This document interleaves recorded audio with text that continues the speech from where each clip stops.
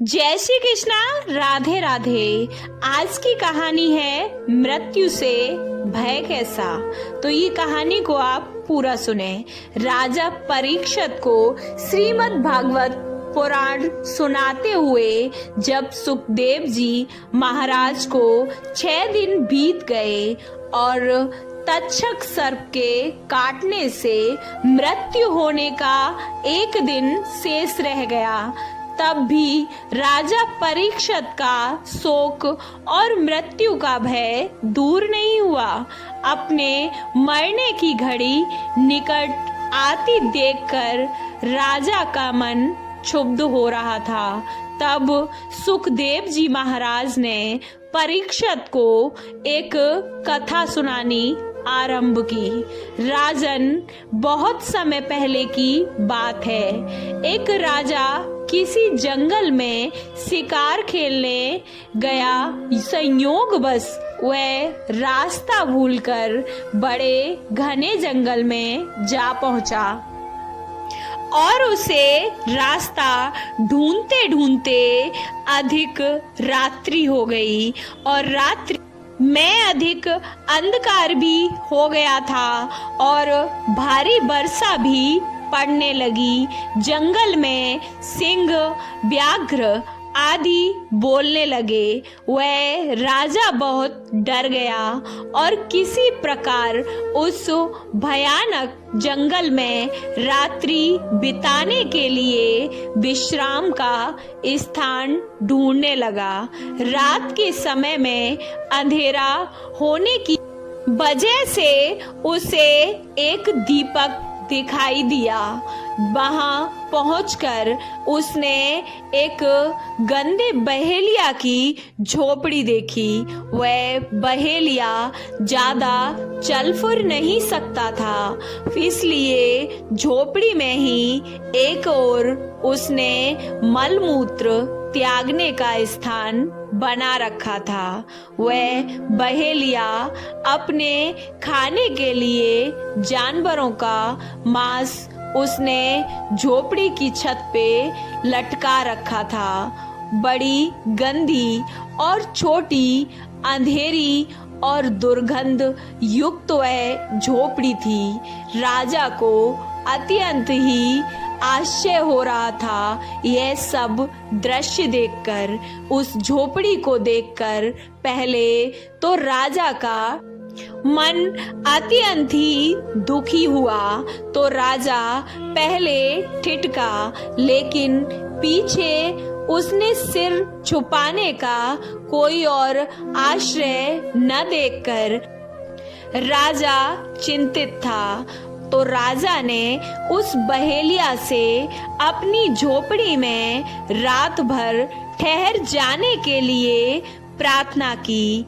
अब बहेलिया ने कहा कि आश्रय के लिए लोभी राहगीर कभी कभी यहाँ भटकते हुए आ जाते हैं। मैं उन्हें ठहरा तो लेता हूँ, लेकिन वह दूसरे दिन जाते समय वे बहुत झंझट करते हैं। इस झोपड़ी की गंध उन्हें ऐसी भा जाती है कि वह फिर यहाँ से उसे छोड़ना नहीं चाहते हैं और इसी में ही रहने की कोशिश करते हैं एवं अपना कब्जा जमाते हैं।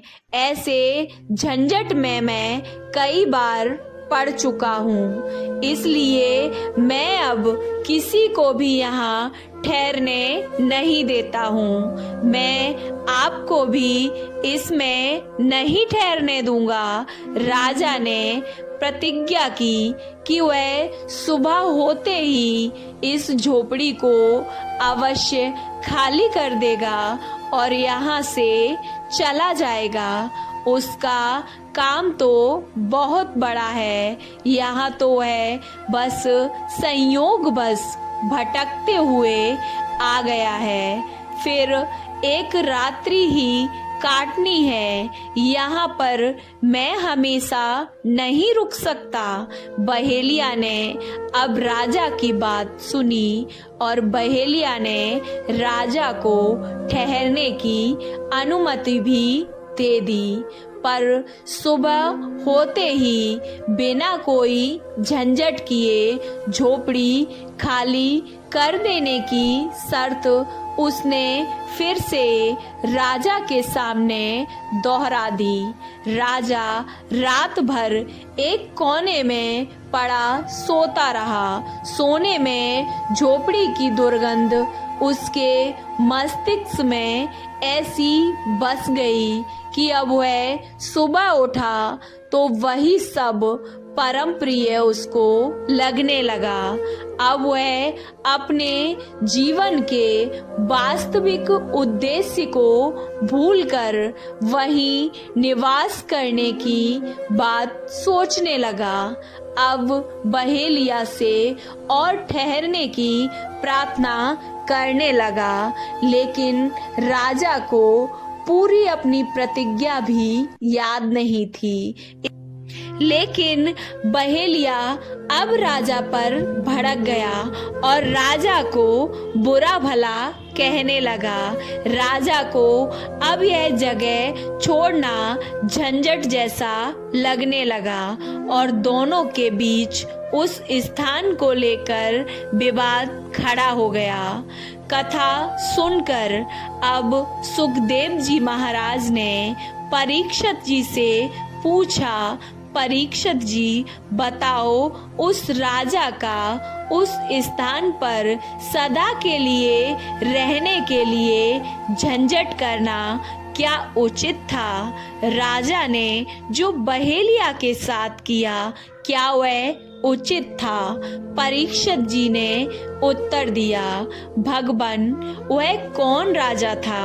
उसका नाम तो बताइए। वह तो बड़ा भारी मूर्ख जान पड़ता है जो ऐसी गंदी झोपड़ी में अपनी प्रतिज्ञा तोड़कर एवं अपना वास्तविक उद्देश्य भूलकर नियति अवधि से अधिक रुकना चाहता था, वहां रहना चाहता था। उसकी मूर्खता पर तो मुझे बड़ा ही आश्चर्य होता है। श्री सुखदेव जी महाराज ने कहा, हे राजा परीक्षित, वह बड़े भारी मूर्ख तो स्वयं आप ही हैं। इस मलमूत्र की गठरी यानी कि हमारा यह शरीर जिसमें यह आपकी आत्मा को रहना आवश्यक था, वह अवधि तो कल समाप्त हो रही है।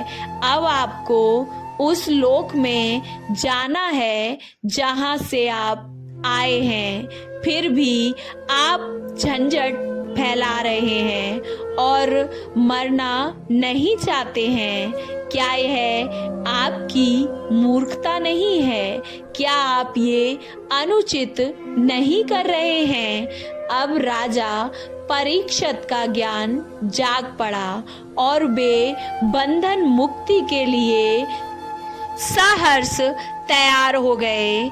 और वास्तव में यही सत्य है, जब एक जीव अपनी माँ की कोख से जन्म लेता है तो अपनी माँ की कोख के अंदर भगवान से वह प्रार्थना करता है कि हे भगवान, मुझे यहाँ इस कोख से मुक्त कीजिए और मैं आपका भजन सुमिरन अवश्य ही करूँगा। और जब वह जन्म लेकर इस संसार में आता है तो उस राजा की तरह वह हैरान होकर सोचने लगता है कि मैं यहाँ आ गया, और पैदा होते ही वह रोने लगता है। फिर उस गंध से भरी झोपड़ी की तरह उसे यहाँ की खुशबू ऐसी भा जाती है कि वह अपना वास्तविक उद्देश्य ही भूलकर बस यहीं पर रह जाना चाहता है। आपको ये कहानी कैसी लगी? अच्छी लगी तो वीडियो को लाइक, चैनल को सब्सक्राइब करना ना भूलें और कमेंट बॉक्स में जय श्री कृष्णा, राधे राधे अवश्य लिखें। जय श्री कृष्णा, राधे राधे।